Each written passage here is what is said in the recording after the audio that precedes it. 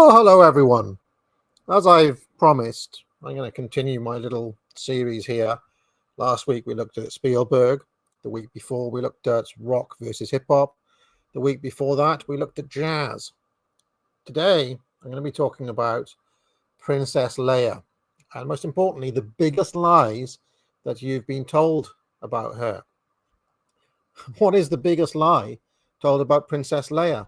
Well, of course, that she's a force for good, that she's a force for justice, that she's actually like a role model. None of these things are true. She is an agent of chaos, an agent of disorder, who absolutely disrupted something wonderful and good that was created by the hero of the Star Wars saga, Emperor Palpatine. Now, if you're new to this channel, I have done previous videos on this in defense of Emperor Palpatine about 5-6 years ago. More recently, the real meaning of the Star Wars Disney sequels, Yoda's shocking mismanagement of the Jedi Order. Maybe if people really enjoy this one, I can put them all together in one big video to make the ultimate case, really, for Palpatine. But today I want to focus on Leia. I think Princess Leia gets a free ride where this is concerned. And today I'm going to be really taking her to task. And I really think that until people internalize what I'm saying in this video, no aspect of the culture war can be won. So before I get going, I'll just remind people, pick up the Trivium today. Other courses are available, of course, not least Foundations of Shakespeare. Buy it now. But let's get back to Star Wars. So, what is the problem with Leia? Well, I laid it out in this tweet here a couple of weeks back. I said, Leia embodied the decadent progressivism that caused the Republic such stagnation. Palpatine was a hero who brought purpose to the galaxy. Leia, out of petty revenge for the justified strike on Alderaan, wrecked that order, destroyed the family unit, and built nothing of value.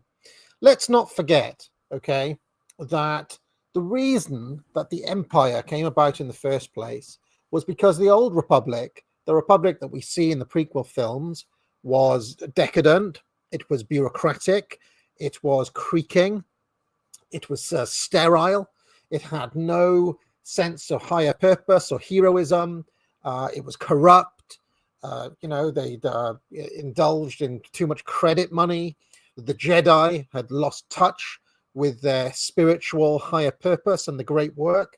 They had degenerated basically into what we might call late stage civilization. So an Odinic figure that needed to kind of cause a big change came to the fore. That figure was Emperor Palpatine, of course, who gave people order and purpose. Okay. Now, the justified strike on Alderaan, as I've talked about in some of those previous videos, was, okay, admittedly a very difficult call from Grand Moff Tarkin, okay? But consider it this way. Think of today where you have the American Empire and then you have the Houthi rebels in the Middle East causing all sorts of problems, okay? Well, Alderaan was basically, in the overall scheme, in the context of the entire empire, something like the Houthis, okay? Now, if the US empire had something like the Death Star, they could take the Houthis out. And that is what Grand Moff Tarkin did. Let's not forget that Alderaan was dedicated basically to fostering rebellion against the empire. Okay, it was a node of subversion and therefore needed to be taken out. And as I worked out in previous videos, as a proportion of the entire population of the entire galaxy, it works out as something like 0.0005% of the entire population. So it's the equivalent of, if it was Britain, for example, it's the equivalent of the British government taking out a small hide hole in a little village somewhere. Okay, it's really not all that. Okay, but this is always in Jedi propaganda pushed as being this massive kind of crime that the Empire did. Okay, it was justified. And Leia, if we have a look at what she does subsequently in the Star Wars films, she brings down, she successfully, with the help of her friends, brings down the glorious empire of Palpatine, and in its place fails to build anything, okay? And their failure to build anything of worth whatsoever brings about the First Order. Also, she can't keep her marriage together with Han Solo. She fails as a mother to Kylo Ren, who goes, as any young man would, to find meaning and purpose, drawn to Vader, back to the Emperor, ultimately. Okay, there was Snoke and various other machinations, but ultimately, he knows that the sort of life, the sort of order, disorder, if you want, the chaos, the progressive non-values of Leia cannot actually give meaning and purpose to somebody like him.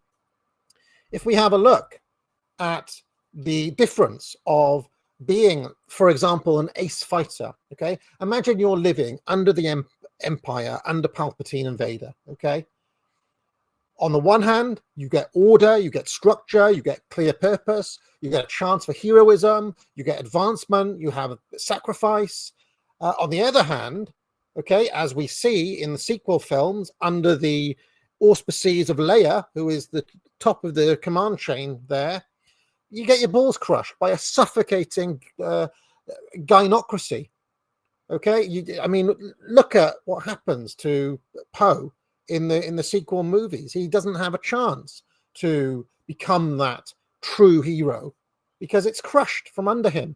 Oh, you know, if you have a look at Vader, imagine you're serving under Vader. Go on, be your best self. You can do it. You can achieve it. You know, with me, we can conquer whole galaxies. You can have adventure. You can be a man. Versus the Leia command structure. No, you're taking too many risks.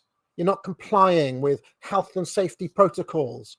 Compliance is more important than initiative. I mean, look at the figure behind the Dern character here, the old purple hair herself. Look at his face. Okay, he knows that he's in a situation where he is not being allowed to flourish and self-actualize. Whereas if you were serving under Vader there, you can bet your bottom dollar that every single one of those stormtroopers is having the absolute time of their life in a boy's own adventure. Okay, so as we come back to the question of Leia and the sort of value she represents, she actually represents a stifling environment, lacking moral purpose, lacking structure, lacking heroism, okay, and even castrating the ability for people to truly be heroes. And that is, I mean, and we actually see it in the sequel films when Luke is kind of chugging on that milk and he throws the lightsaber behind him.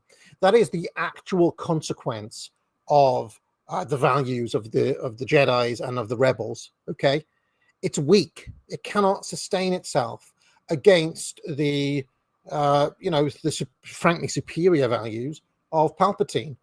Okay, Palpatine doesn't give up like that, even after being thrown down a shaft in Return of the Jedi. He actually just doesn't give up. He clones himself and he comes back again and he comes back again. Even as a corpse, he has more will to power, has more vitality, you could say, than Luke Skywalker and indeed than Leia.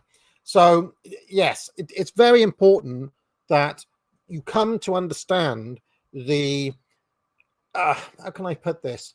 It's like George Lucas had some understanding, right, of all of this when he wrote these films, but he had to frame it in a kind of boomer liberal mindset. So a lot of the things that you see in Star Wars are actually back to front or ass backwards.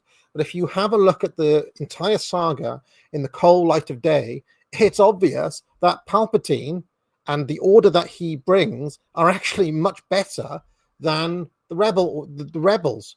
Okay, because the rebels don't have it.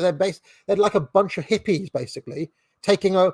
The rebels are literally, in the 60s when hippies took over like mansions and They built those communes and everything went to pot, basically. Everything literally went to pot.